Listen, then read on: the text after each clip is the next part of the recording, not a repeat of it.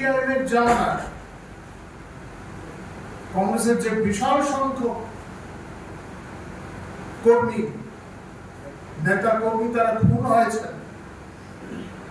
সামান্য বিষয়, ব্যক্তিগত বিষয়। আবার বাম জামানায় যারা খুন হয়েছে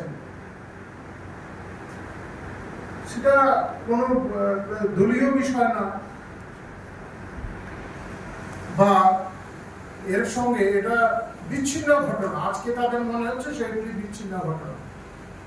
এখন কথা হলো, যারা ক্ষতিগ্রস্ত হয়েছিলেন সে সময় তারা তা মেনে নেবেন কিনা?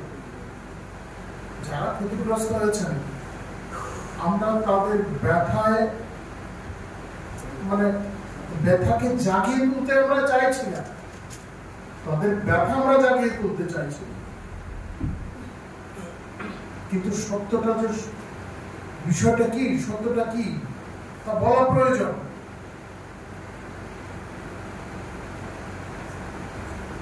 কারা এর সঙ্গে যুক্ত, কাদের ইন্ধনে এই সমস্ত কাজগুলি হয়েছে, সেই সমস্ত বিষয়গুলি অবশ্যই জানান দেওয়া প্রয়োজন।